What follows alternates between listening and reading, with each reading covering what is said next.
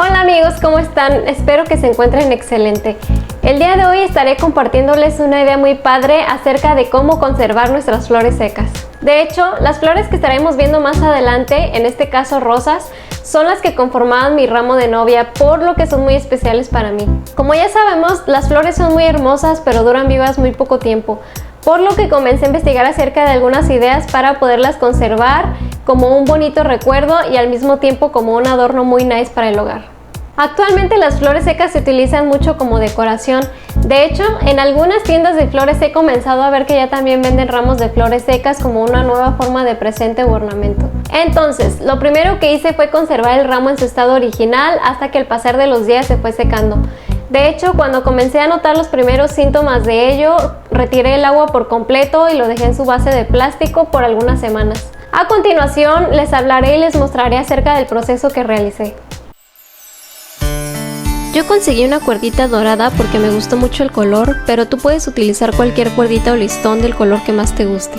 También compré un pequeño ramito de flores sintéticas, las cuales yo sentí que irían con el color, ya que como sabemos, las flores pierden su color original cuando se secan y este queda más tenue. Por último, este botecito de cristal que cuando lo vi me encantó porque creo que es perfecto para los efectos de lo que buscamos, conservar las flores secas por mucho tiempo y evitar que despidan cualquier olor desagradable dentro del hogar. Entonces, nos aseguramos de que nuestros materiales estén limpios.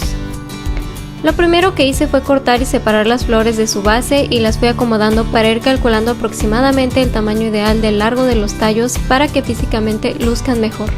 Es muy importante que estemos seguros de que nuestras flores estén completamente secas, ya que no queremos que una vez terminemos nuestro proceso tengamos que rehacerlo debido al moho u hongos que puedan aparecer por humedad una vez cerramos el contenedor.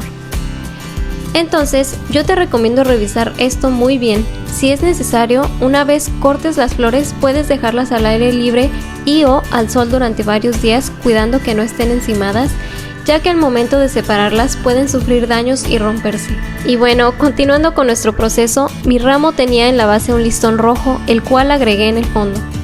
También separé algunas florecitas sintéticas de su ramito porque nuestro concepto es distribuir un poco de cada parte del ramo en el recipiente. Entonces comenzamos distribuyendo poco a poco pedacitos de las diferentes partes, tanto del ramo seco como del sintético. Procuré que los tallos fueran un poco largos para que la cara de las rosas se mantenga en dirección horizontal, pero sin que el tallo toque el otro extremo del recipiente. Y así tratando de distribuir de igual forma los colores, un poquito variados en todas las caras del contenedor.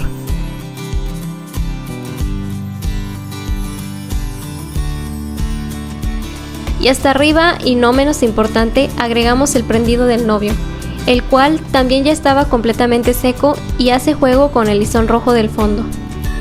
Después, para darle el toque final, ponemos el cordoncito en la parte exterior de la tapa sin que afecte el broche en caso de ser necesario abrir o cerrar el recipiente. Y cortamos excedentes. Listo, así luce el resultado, amigos. Ustedes pueden adornar el contenedor de la manera en la que más les guste. Como dato curioso, después agregué al contenedorcito el nombre de mi señor esposo y el mío, los cuales se encontraban adheridos a uno de nuestros globos de felicitación. Y bueno amigos, muchas gracias por ver el video. Si les gustó, ya saben, por favor regálenme su like y suscripción. Compartan con sus amigos a los que les pueda gustar nuestro contenido útil e interesante. Nos vemos para el siguiente video. Bye bye.